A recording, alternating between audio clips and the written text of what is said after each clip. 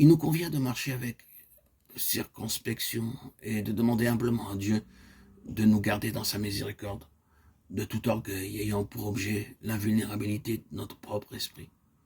Cet orgueil, en effet, pourrait nous induire à croire que nous sommes si avancés au point de vue spirituel que nous ne risquons nullement d'être séduits et que, sous quelque forme que l'ennemi se présente, nous ne serions manqués de le démasquer. Prenons garde de n'avoir aucune confiance en nous-mêmes, afin que l'ennemi ne puisse pas nous faire tomber dans ses filets sur le point même où nous ne sommes pas sur nos gardes. Bien au contraire, prions, veillons et soyons prêts à accepter la vérité sur nous-mêmes sans regimber. Cette ouverture de cœur, cette humilité, nous rendront capables de ne pas être froissés ou blessés par les observations qui pourront nous être faites. Et cela parce que nous avons reçu l'amour de la vérité et que nous ne voudrons à aucun prix savoir autre chose que la vérité. Il nous faut cette nécessité d'une expérience toujours renouvelée de la croix, qui est une puissance de délivrance. J'ajouterai encore un mot d'avertissement. Ne demeurez pas attachés à vos expériences passées de la croix. Vous êtes entrés dans le Jourdain par la foi, et dès lors, vous devez vous tenir pour enseveli dans ces eaux, hors de vue.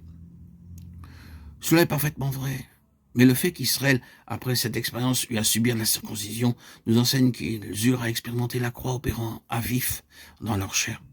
De même, si vous dites à propos de Galates 5,24, ceux qui sont à Christ ont crucifié la chair, par conséquent, je n'ai plus rien à faire avec la chair en moi, elle n'existe plus. Alors, vous serez précisément en danger d'être pris au piège par l'adversaire, parce que vous ne compterez pas sur la puissance de séparation de la croix de Christ pour qu'elle agisse en vous, moment après moment, dans la guerre spirituelle. La seule chance que vous pouvez avoir d'être protégé est de posséder une foi présente et agissante, dans la vertu présente et agissante de la croix. Vous dites peut-être que vous avez apporté à la croix toutes les choses dont vous avez été rendu conscient jusqu'au moment présent.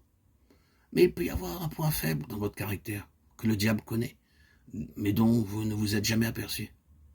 Et tout doucement, il souffle sur ces cendres pour les ranimer, pendant que vous n'êtes pas sur vos gardes et que vous caressez la pensée que vous êtes si bien crucifié qu'il ne pourra plus jamais vous faire tomber.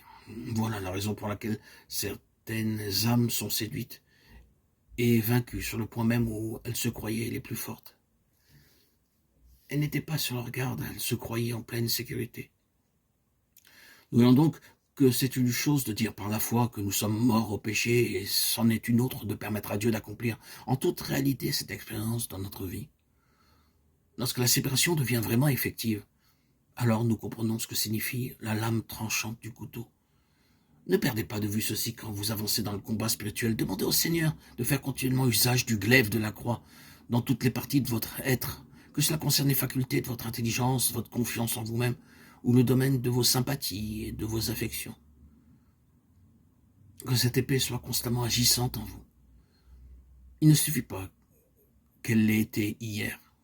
Il faut qu'elle le soit aussi aujourd'hui. Cela aura pour résultat d'enlever à l'ennemi les armes dans lesquelles il pourrait se confier